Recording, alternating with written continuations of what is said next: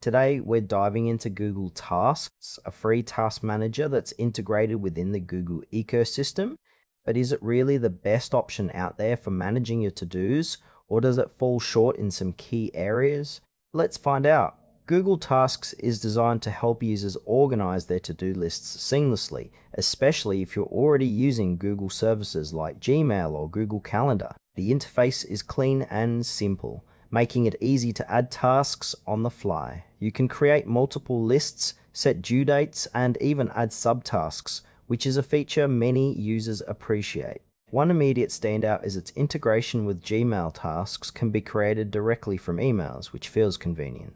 However, the user experience does have its limitations. While it's perfect for basic task management, more complex project management needs might find the app lacking.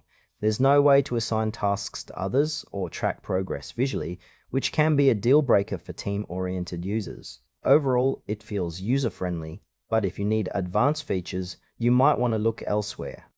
Let's break down the pros and cons. On the positive side, Google Tasks is completely free, and its integration with other Google services is a huge plus, especially for those already in that ecosystem. The simplicity of the app means it's easy to get started without a steep learning curve. On the downside, the lack of advanced features can be frustrating. Users looking for collaboration tools or detailed project tracking may find it insufficient. Also, the mobile app can feel a bit clunky compared to other task managers. Trust-wise, while it's part of Google's suite, some users may still have concerns about data privacy. Overall, it's great for personal use but may not suit everyone, especially those with more complex task management needs.